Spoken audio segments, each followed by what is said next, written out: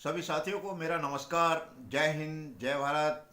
साथियों, आज हम एक ऐसे विषय को लेकर के चले हैं जहां पर पूरे देख रहे हैं कि किस तरीके की पत्रकारिता होनी चाहिए, पत्रकारिता के क्या दायित्व हैं, क्या अनुभव हैं, और जो आजकल के समय में पत्रकारिता चल रही है वो किस दौर की चल रही है। मैं राजेंद्र कुमार, समाचार दर्पण 24 न्यूज़ चैनल की ओर से ब्यूरो चीफ, साथ में press club of working journalist का हरियाणा का प्रदेश अध्यक्ष होने के नाते हमारे बीच में राजेश पाल जी हैं और उनसे बातचीत करेंगे। क्या समाज के अंदर आज की जो पत्रकारिता चल रही है, क्या वो सही है या नहीं है, और जो आज में बदलाव आ रहा है वो पत्रकारिता के अंदर किस तरीके का बदलाव आ रहा है, क्या हम अपने दायित्वों को पूरी तरीके से निर्वहन कर रहे हैं या नहीं कर रहे हैं। सबसे बड़ी चीज़ ये देख रही है कि जो पहले हमारा जो दायित्व था वो पत्रकारों का ये था कि आज से हम 4 दशक पहले चले जाते हैं, क्योंकि मुझे भी लगभग 40-45 वर्ष पत्रकारिता करते हो गए हैं। मैंने हिंदुस्तान के कई न्यूज़ चैनलों में काम किया, और साथ साथ जो है मैंने जनसत्ता के अंदर भी काम किया, दैनिक जागरण के अंदर भी काम किया, और समाज के कई प्रतिष्ठित चैनलों अखबारों में भी काम किया, प्रिंट मीडिया में काम किया। लेकिन जो हमारे समय पत्रकारिता का दौर था वो बड़ा ईमानदारी का था। जब भी हमारे पत्रकार जो है वो लिखा करते थे तो दोनों पार्टियों के, दोनों पक्षों की बात को देख करके लिखा करते थे कि ताकि उसका बैलेंस बना रहे। पत्रकारों का दायित्व भी यही बनता है कि दोनों पक्षों की बात को सुन करके किसी समाचार का व्यू दिया जाता है। लेकिन आज का वो व्यू इस प्रकार का नहीं मिलता है। लोग कुछ पार्टियों के साथ जुड़ गए हैं और कुछ लोग जो है एक पक्षीय ही समाचार लिख देते हैं। तो हम चलेंगे और बातचीत करने का प्रयास करेंगे। हमारे बीच में राजेश पाल जी हैं, उनसे थोड़ा सा अनुभव लेंगे, जानकारी लेंगे, क्या जो आजकल की पत्रकारिता है वो सही चल रही है ये नहीं चल रही है, उसी विषय पर बातचीत करते हैं। नमस्कार जी। नमस्कार, सभी दर्शकों को मेरा नमस्कार। जी राजेश पाल जी, और आप जैसे जो पत्रकार हैं, क्योंकि आप हमारे साथी भी रहे हैं, हमने भी ऐतिहासिक छलांग में या अन्य कुछ उदय भारत के समय में हमने भी लिखा है जी। लेकिन जो आपके समय की जो पत्रकारिता थी और आज की पत्रकारिता में ज़मीन आसमान का फर्क हो गया है। यदि आज का पत्रकार अपना दायित्व भूल चुके हैं, क्योंकि पत्रकारिता जगत तीसरा नेत्र है। ये कहूँगा कि पहला ही नेत्र है जी। यदि राजनीति लोकतंत्र को चलाना चाहते हैं तो एक ईमानदार पत्रकार की आवश्यकता होगी जी। खोजी पत्रकार की आवश्यकता होगी। आज खोजी पत्रकार बिल्कुल पूर्ण रूप से खत्म होते चले जा रहे हैं जी। कोई मेहनत नहीं करना चाहता है जी। सब दो रोटियों के लिए चल रहे हैं उसके जिम्मेदार कई बातें हैं। मैं सभी पत्रकारों को, और जो आजकल एक ट्रेंड चल रहा है कि जो विज्ञप्ति आई, आज का पत्रकार विज्ञप्ति भी अपने हिसाब से नहीं बना पाता, जो का दूध छाप दे रहा है। जी, आजकल की जो पत्रकारिता चल रही है, कुछ लोग जो हैं जो इस तरीके का, पहले हमारे समय में कलम से लिखा करते थे, कागज़ पर लिखा करते थे, और एक डेस्क होया करता था, उस डेस्क प्रभारी होया करता था। उसके पहले हमारी खबर जो संवाददाता की होया करती थी वो डेस्क प्रभारी पे जाती थी। डेस्क प्रभारी जो उसमें कटिंग करके जिस तरीके से भी थी तो वो अपने संपादक के पास पहुंचाया करता था, तब वो संपादक दे करके उन खबरों को लगाया करते थे। लेकिन आजकल के जो रिपोर्टर हैं वो डायरेक्ट खबर लगा देते हैं, और एक खबर जो जिसका सिर्फ व्यू, जो मेन खबरें होती थी उसको ना करके उसको इतना बढ़ा चढ़ा करके लिख देते हैं जिससे कि आदमी उस खबरों को पढ़ भी नहीं पाता है। तो ऐसे में आज की जो युवा पीढ़ी है, क्या वो पत्रकारिता का दायित्व सही निभा रही है या नहीं निभा रही है, मैं ये जानना चाहता हूँ आपसे। देखिए, इस तरीके से, क्योंकि आज का पत्रकार भी कहीं ना कहीं मजबूर है, अपनी दाल रोटी के चक्कर में मजबूर है। जो आजकल संपादक है उनको पूर्ण रूप से जो पैसा उनको मिलना चाहिए, जो धन उनको मिलना चाहिए, जो उनका गुजारा भत्ता उनको मिलना चाहिए, वो उनको नहीं मिल पा रहा है। तो हम इस चीज़ की जिम्मेदार सिर्फ वो आज का नवयुवक पत्रकार नहीं है, उसके साथ में बहुत सारी चीज़ें जुड़ी हुई है। सबसे पहले संपादक से पूरा, जब तक पेट भराई खाना नहीं होगा, पेट नहीं भरेगा, बच्चों का दायित्व पूरा नहीं करेगा, तो ईमानदारी के साथ में पत्रकारिता नहीं कर सकता है। आज यही कारण हो रहा है कि ये जगत विश्वास उठता चला जा रहा है। जी। हमारे हम खुद, या हमने देखा, एक सर्वे किया है कि पत्रकारिता में अखबार को आजकल पढ़ना पसंद नहीं कर रहा है। एक नज़र से देखी और रख दिया, जो मंगा रहे हैं उसके हाल भी यही हैं। क्यों, क्या कारण है? क्योंकि एक गिनी चुनी खबर, और सब जानते हैं, ये कारण हो चुका है कि जो समाचार लग रहे हैं वो सिर्फ पैसे के बलबूते पे लग रहे हैं, और ज़्यादा पैसे के बलबूते पे भी नहीं, 200-300 में अपनी विज्ञप्ति। देखिए, ये तो आप जानते हैं कि जो छोटा पत्रकार है, जिसको हम मध्यवर्गीय कहते हैं, श्रमजीवी पत्रकार हैं, तो उनको संपादक के द्वारा जो है वेतन भी नहीं दिया जाता है सही तरीके से। कुछ अगर पत्रकारों को, बड़े पत्रकारों को छोड़ दिया जाए, तो छोटे जितने भी पत्रकार हैं उनको कोई, उनकी आमदनी का कोई जरिया नहीं है। जबकि लोकतंत्र के 4 स्तंभ कहे जाते हैं, इसको चौथा स्तंभ कहा जाता है। 3 स्तंभ को जो है सरकार पूरी तरीके से उनकी सेवा करती है, उनको वेतन देती है। लेकिन जो लोकतंत्र का चौथा स्तंभ कहा जाता है, जिसमें पत्रकारों के माध्यम से जो है वो संदेश पहुंचाए जाते हैं, सरकार के संदेश पहुंचाए जाते हैं, आम जन के संदेश पहुंचाए जाते हैं, पीढ़ियों के संदेश पहुंचाए जाते हैं। यदि अगर किसी के साथ में कोई घटना घट जाती है तो उसके दुख दर्द को भी पत्रकार अपनी कलम से लिख करके जो है समाज तक पहुंचाता है। इतना होने के बावजूद भी पत्रकारों को मासिक वेतन नहीं मिलता है, क्योंकि पत्रकारों का भी, ये बात तो मानते हैं कि पत्रकारों का भी अपना एक परिवार होता है, अपना एक घर होता है, उसकी भी बहुत सारी जिम्मेदारियां होती हैं। तो ऐसे में एक मध्य वर्ग का जो पत्रकार है, जिसको पास में कोई सुविधा नहीं है, तो वो जो ग्रामीण जो पत्रकार होते हैं, जो ब्लॉकों के पत्रकार होते हैं, उनके पास आमदनी का कोई जरिया नहीं होता है।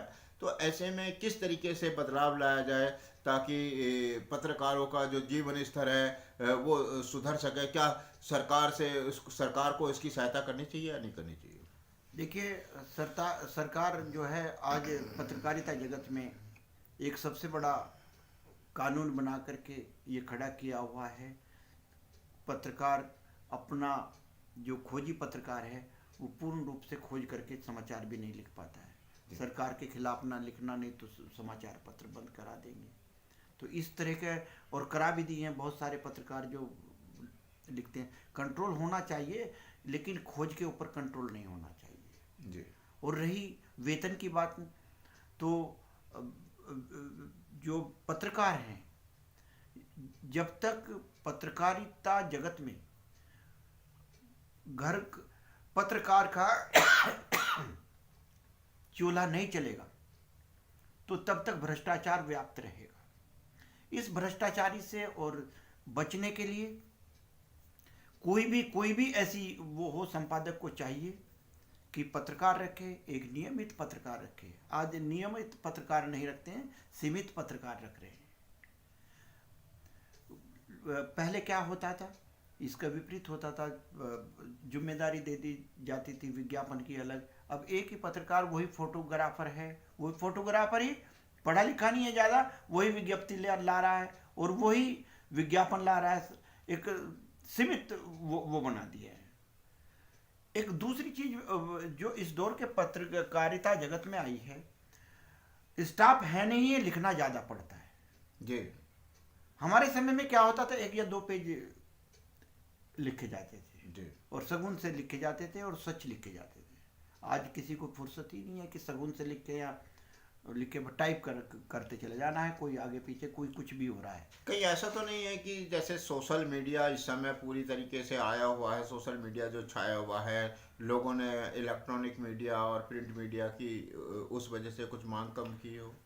क्या ऐसा महसूस करते हैं क्या?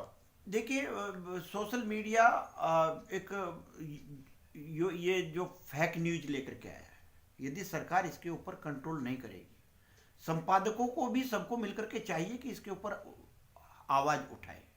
क्योंकि फेक न्यूज एक ऐसा मसला आ गया है कि सब एतबार खत्म कर रहा है इंसान को। जो ये छोटे छोटे चैनल जो बने हैं, यूट्यूब पर बने हैं, ये अन्य जगह बने हैं, इनको प्रमाणिकता की आज आवश्यकता है। ऐसा नहीं है कि कहीं भी कुछ भी फेक न्यूज डाली लेकिन उनके ऊपर अंकुश नहीं लगाया जाता है।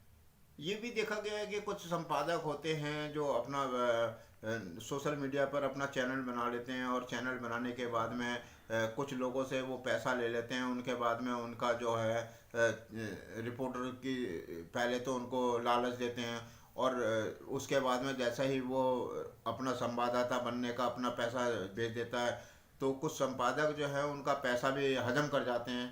तो ऐसे में देखिए क्या देखिए करें? इस तरीके का जो भ्रष्टाचार व्याप्त है जी। ये वास्तव में एक दिन चौथे स्तंभ को उखाड़ फेंकेगा। जी। क्योंकि विश्वास पात्र पत्रकार बनने के लिए, संपादक बनने के लिए, संवाददाता बनने के लिए तो हमें कुछ न कुछ तो देना ही पड़ेगा। जी। यदि हम खोज करके कुछ ला करके कुछ मसला ला करके देते हैं करने के बाद में, तो पत्रकारिता जगत को याद रखा जाएगा। एक मैं बता देना चाहता हूं कि जो आजकल के पत्रकार हैं उनको सत्य लिखना चाहिए। यदि उनके